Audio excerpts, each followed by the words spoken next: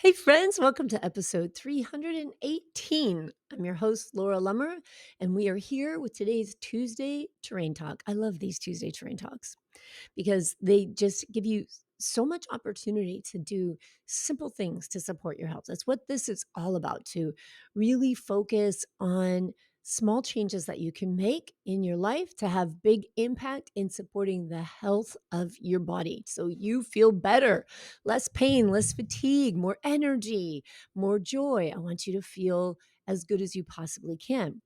One of the tools that I've shared recently to help you understand more about what you can do to support your body is called the Terrain 10. The Terrain 10 is an assessment that was developed by Dr. Nasha Winters. You can find it in the front of the Metabolic Approach to Cancer, the book that she wrote. But it was recently made into an electronic version, and I released the link to that, allowing you to take the assessment online and see for yourself where you score in these 10 terrain buckets. Now, what I say score is that you answer questions and then you get a score from 0 to 100 in each of these categories. The higher the score, the more you know you have an opportunity to address things here.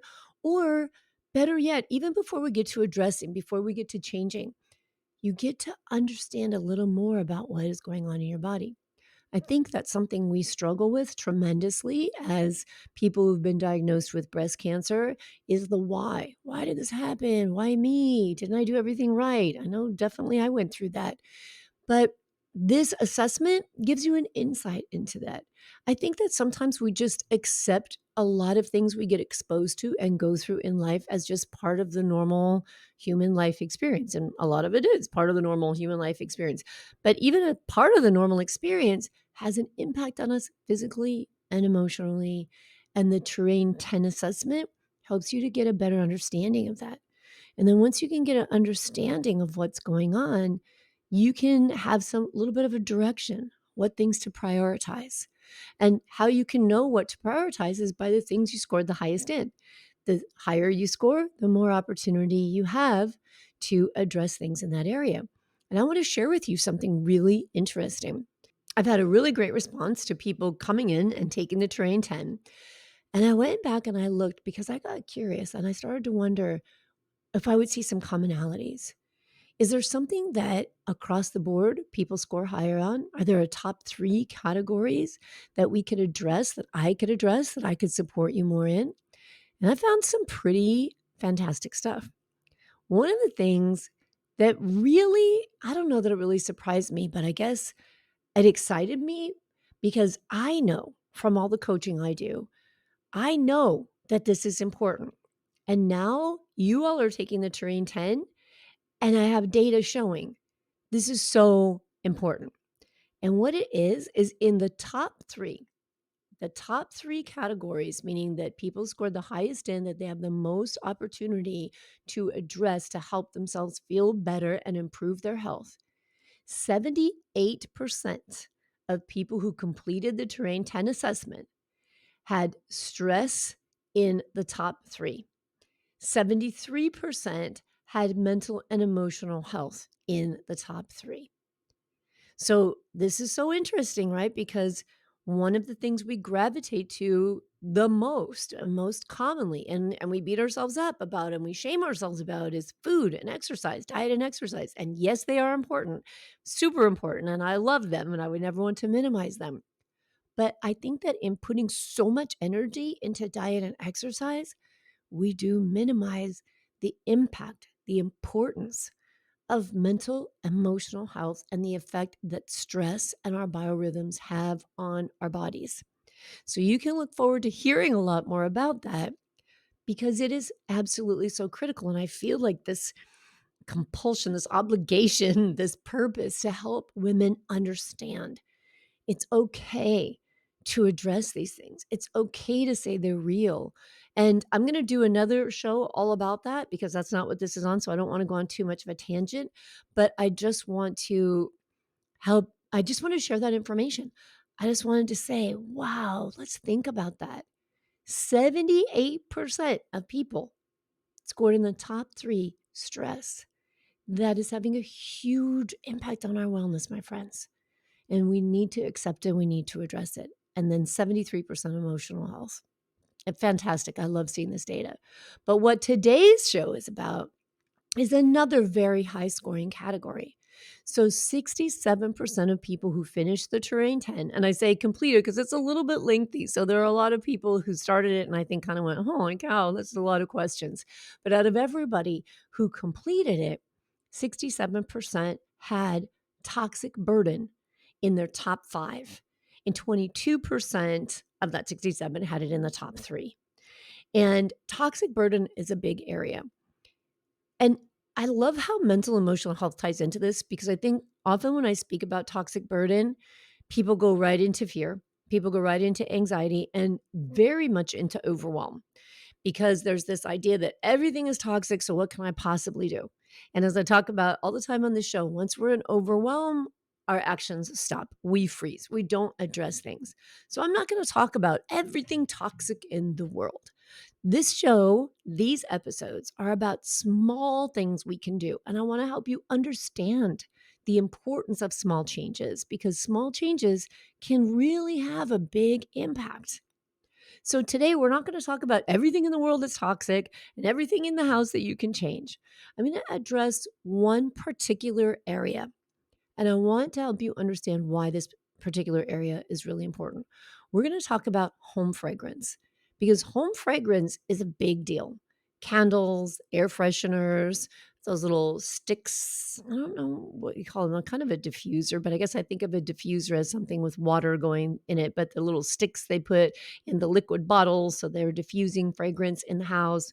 I mean, even cleansers and things like that, but that's a whole nother category. So let's just stop and think about home fragrance in the sense of scented candles, plug-in air fresheners, and those kinds of diffusers. So anything that's just putting fragrance constantly out into your home.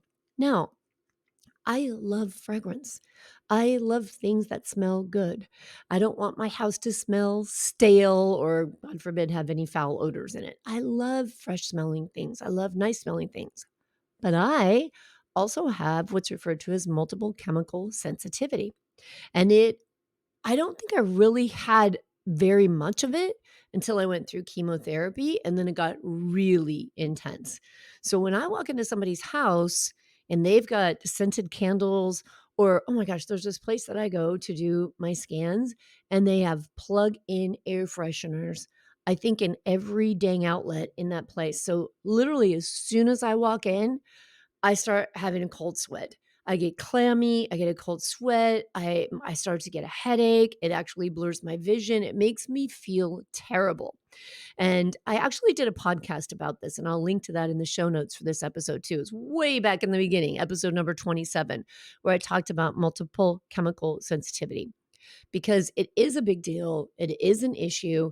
And it isn't just because you feel like crap. You don't just feel like crap for no reason. Something's happening inside of our bodies physically that results in us having this cold sweat, this clamminess, these headaches. And even if you are not someone who has a chemical sensitivity and you don't react that way when you're smelling fragrance, it doesn't mean that it is not causing physical damage to your body. You just maybe are not as sensitive to it.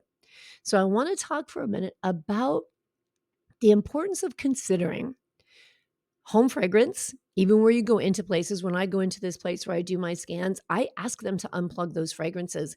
And sometimes if I get someone with an attitude, I literally unplug the fragrances myself. I just go sit in that chair, reach under it, and I unplug the fragrance because and I've complained to the place too. I've called them and said, "Listen, I mean, I'm in there getting scans because of cancer, but I look around me and I see people who do not look well. They do not look healthy. And when we're in that state, in that condition, we don't need more chemicals. We don't need to be inhaling chemicals while we're waiting to be having scans to see what's going on in our body." So, anyway, if you have that situation, I'm just saying stand up for yourself, advocate for fragrance free places, or at least what we're going to talk about here non harmful fragrance in places because there are so many options. So, let's talk about why this is important. Why, first of all, is just considering small changes to reduce the toxic burden in your environment. And one of the really important reasons for considering this. And I keep saying considering because I do not want you to be overwhelmed by this topic. I want you to know you can do small things.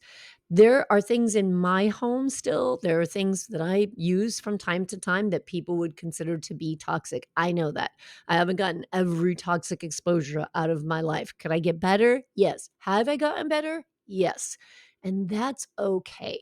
All right. So realize that you don't have to sweep through your house like the Tasmanian devil, right? We get to decide for ourselves what we're ready for and what feels right. But an important reason for this is because when we have had cancer, when we have gone through cancer treatments, and when we are trying to get as metabolically healthy as possible, there's a little teeny tiny part of us that we want to make sure we're taking care of. And that is called our mitochondria. Now, I've referred to mitochondria in other episodes, and if you took the Terrain 10, you'll get an email from me that goes in depth talking about mitochondria and mitochondrial health. So I'm not going to go heavy into science here or anything like that. But if you aren't aware of what mitochondria are, they're little organelles inside of our cells. And mitochondria have always or often been thought of as the powerhouse of our cells because they're responsible for making energy, for making ATP. And so when our mitochondria are functioning optimally, they're doing their job really well. But more than just being powerhouses of the cells, mitochondria have a lot of roles in our body. And we're discovering this more and more, especially in cancer research, which I'll go into in just a sec. But some of the roles that they play are in cell signaling, in cellular differentiation, in the role of cell death and the cycle of the cell's death and growth, which you know is very important when it comes to cancer. So here's how mitochondrial health is particularly important when we think about those of us who are recovering from, living with, healing from, going through, and wanting to prevent future diagnoses of breast cancer. So, first of all, as I refer to, mitochondria have a big role in energy metabolism and in cell growth. And so, what this means is that breast cancer cells and many other types of cancer cells rely very heavily on glucose for their energy. And that's what's known as the Warburg effect, right? The Warburg effect is kind of what the whole metabolic approach to cancer is based on, saying that cancer cells want more glucose. They want more blood sugar. They function differently and make their energy in a different way than normal, healthy cells. And part of the reason that happens is because of mitochondrial damage. Now, there are many reasons for this. This is part of it. And again, this is why we can address small things. Maybe we can't address all the things, but if we can address little things or the parts of things we understand and that we do have some control over, we can make sure we're doing a better job to support our health. So, the function of healthy mitochondria is very important when it comes to them dysfunctioning, right, and supporting the growth of cancer and the spread of cancer. Even, and this is a huge issue with those of us who have been through breast cancer and breast cancer treatment, even some of the fatigue experience during and after breast cancer treatment can be related to mitochondrial damage. Because mitochondria are essential for our energy production, any impairment in the mitochondria can decrease our energy levels and contribute to us feeling fatigued. And so I'm going to go off the rails a little bit here and talk for a second about the things that can contribute to that fatigue for us and how mitochondria play a role in it, because I want you to understand how significant, how important it is to be able to support the health of our body, the health of mitochondria. If you went through chemotherapy as part of your cancer treatment, many chemotherapeutic agents cause mitochondrial dysfunction, and they do it on purpose. They're targeting it as a way to destroy the cancer cell. So we want that, but at the same time, it is causing damage that may not be supporting us feeling really great. Right. So these chemotherapeutic agents cause oxidative stress. They damage the mitochondrial DNA. They can damage proteins and membranes of the mitochondria. So the actual like outside, let's call it the skin, right? The outside of the mitochondria can get damaged. And that can really have a major effect on the mitochondria's ability to produce energy. So that can lead to fatigue. Radiation therapy, how does it make us so tired? I mean, come on, you've been through radiation, you know, it is. I've never felt such fatigue in my life as I did when I hit about day 15, 16 of radiation. I was like, whoa, I couldn't keep my eyes open if my life depended on it. And part of that is because we have go through part of it. Again, this is not all of it. Part of it is we go through a tremendous amount of mitochondrial damage during radiation because it causes this damage. It induces what's called oxidative stress and inflammation. And then that disrupts, again, the normal functioning of mitochondria. And anytime that's going to happen, it's going to affect our energy. Cancer itself. Cancer is so active. These little cancer cells do a lot of things on their own. And part of it is that they alter the body's metabolism and the way that our body uses energy, as I just talked about a minute ago. Cancer cell mitochondria use energy differently than normal cell mitochondria. So cancer cells can end up competing for energy, right? They're fighting to get more energy and to take those energy resources, and that can lead to fatigue. So for me, my own personal experience and the experience of many women that I've talked to over the years, experience before their diagnosis just felt really tired all the time, or they kept getting sick. They kept getting colds and sick.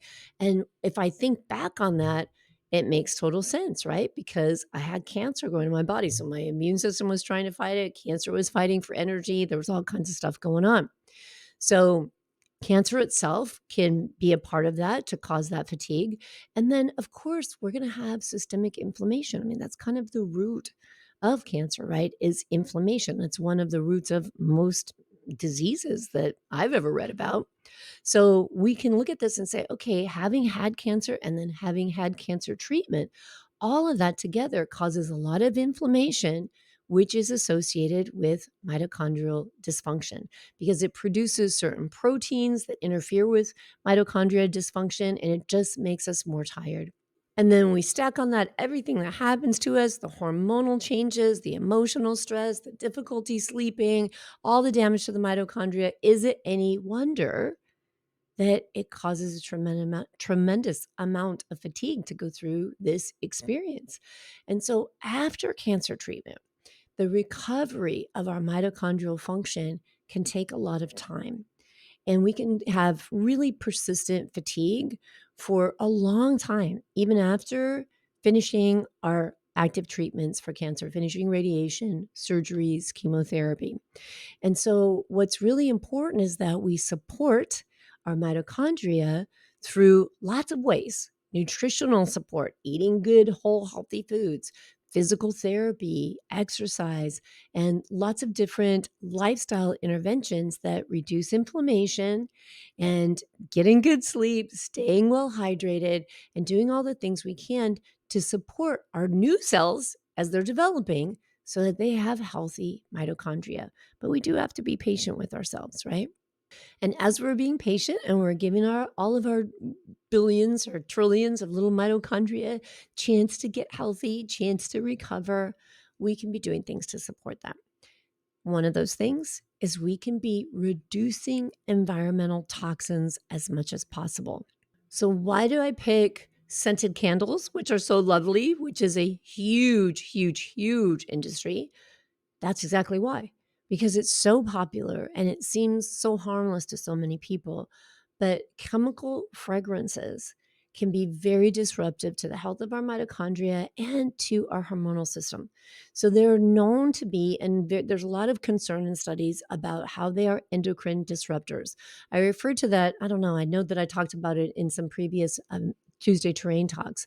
But it's important to understand that endocrine disruptors are these chemicals that interfere with our hormonal system, and they can cause cancerous tumors, birth defects, developmental disorders.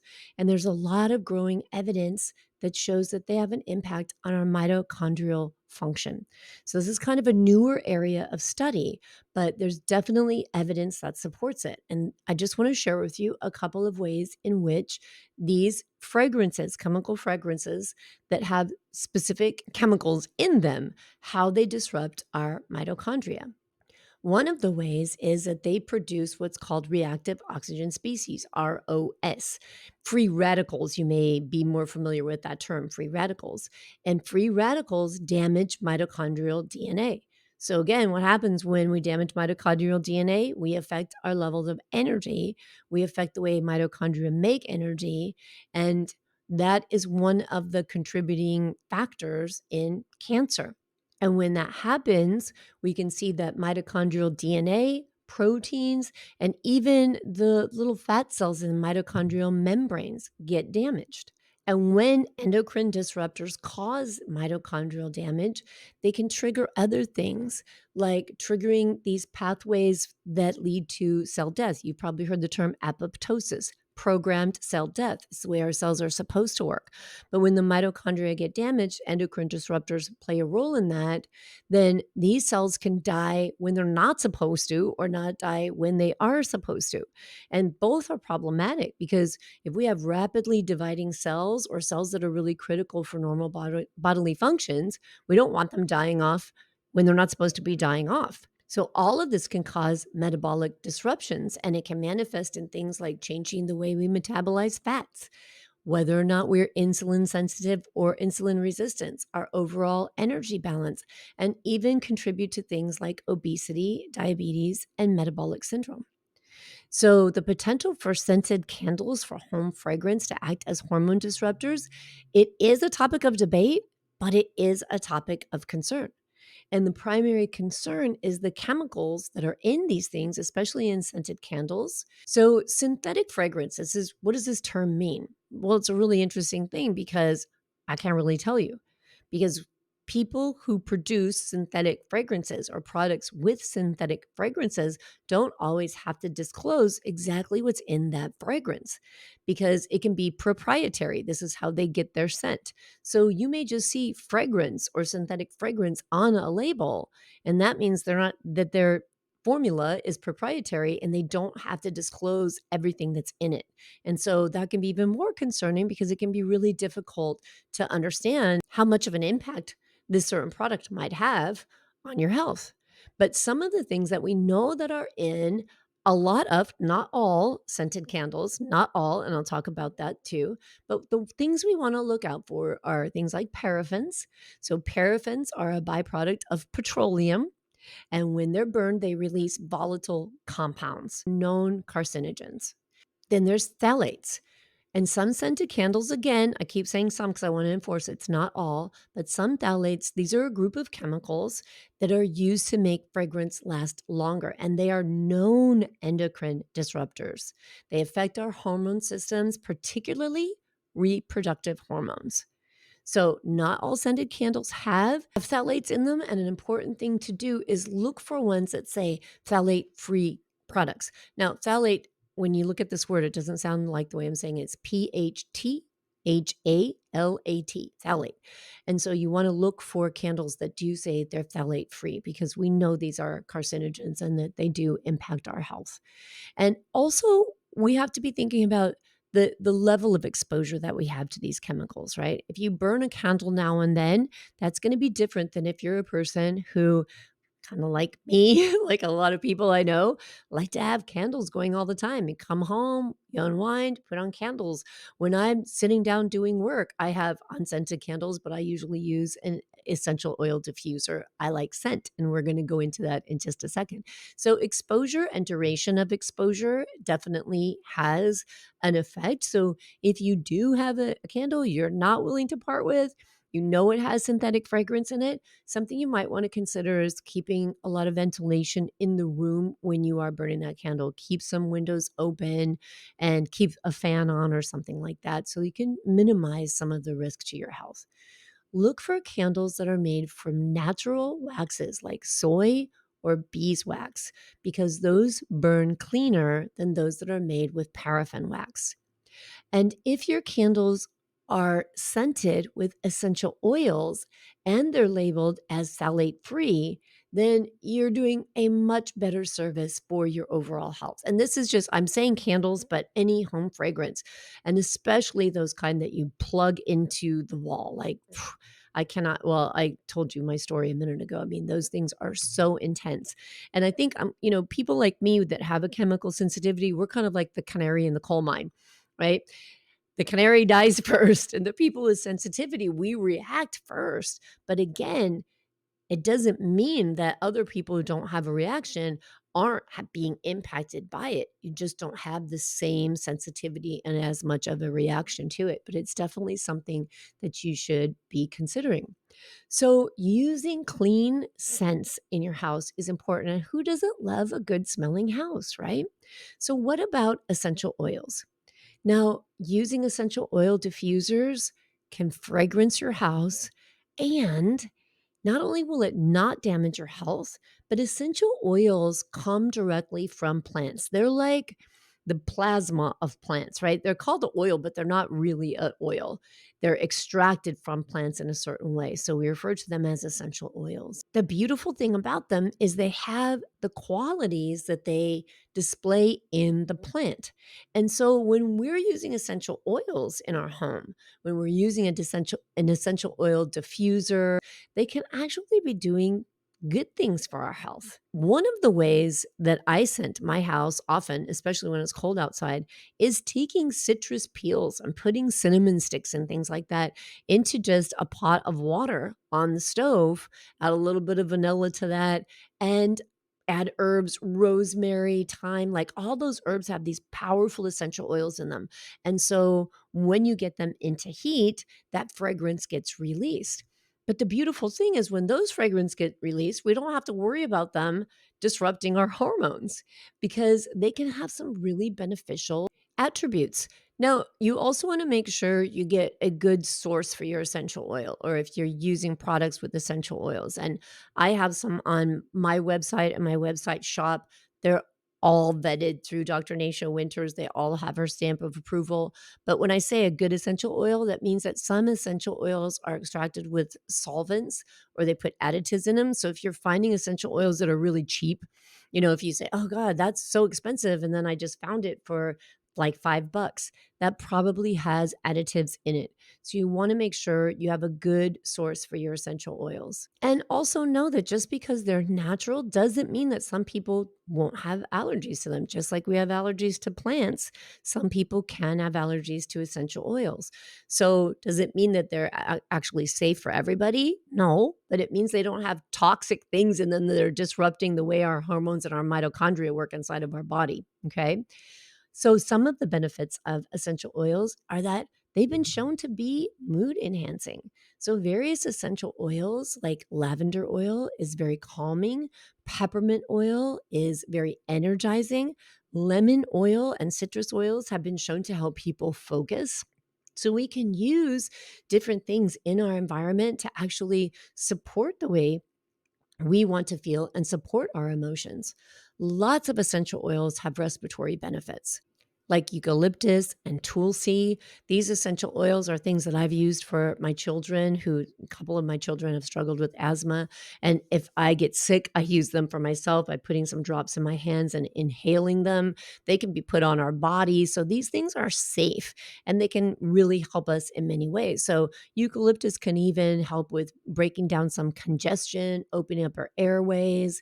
And most essential oils have some really great antibacterial benefits. So, essential oils can help improve the quality of our air. They can actually remove toxins from the air. Some essential oils like tea tree and thyme, in addition to eucalyptus, can repel certain bacteria and they can help prevent the growth of mold. So, they can make your home environment even healthier. And isn't this a nice option when we think about something like toxic burden and releasing or reducing toxic burden, because it does seem so overwhelming and because we enjoy it. And that's what makes it hard, I think, to make changes when there are things in our lives that we resist because we think, I enjoy that. And especially after going through cancer, if you're living with cancer, sometimes we adopt this mentality that says, haven't I been through enough already? Do I have to give up something else I enjoy? And so I want to offer these alternatives because I know how much I enjoy fragrance, and I know a lot of people do, or it wouldn't be the billion-dollar industry that it is. But do we want to enjoy it to the detriment of our health, especially when there are other options? So I offer this to you today. Let's take better care of our mitochondria. Let's address some of these high scoring areas in the terrain 10 and look at how we can reduce them and still enjoy the things that we like in our lives. All right, I put links in the show notes to this podcast on some studies that talk about your mitochondrial health. Even a really cool video by the Khan Academy that helps you understand mitochondria a little more if you are more science minded and want to learn a little bit more about it. There's also a link to a wonderful book that I just thought was absolutely fascinating, and it's all about our mitochondria. And again, my hope is that the more you know and understand about how your body works, the more fascinated you can be by that, and the more you can understand how making small changes can support your overall wellness. And if you want more help with even the mindset around making these changes, come and join me in the Better Than Before Breast Cancer membership because we work on all of this stuff and the way that we think about the changes that have to be made because this is critical. What did I tell you at the very beginning of this episode? 78% and 73%, respectively, of us, of the people who took that terrain 10, are affected by stress and mental and emotional health. It's really hard to get physically healthy when we're struggling mentally and emotionally. So when we get that in check, it helps us so much little by little to have that energy to be doing things to support us physically as well. And heck, just getting that in check, just serving ourselves, taking care of ourselves, loving on ourselves, and getting that emotional, mental, and stress aspects of our life into balance in and of itself supports our metabolic health. All right. I'll talk to you again very soon. And until then, be good to yourself. Take care.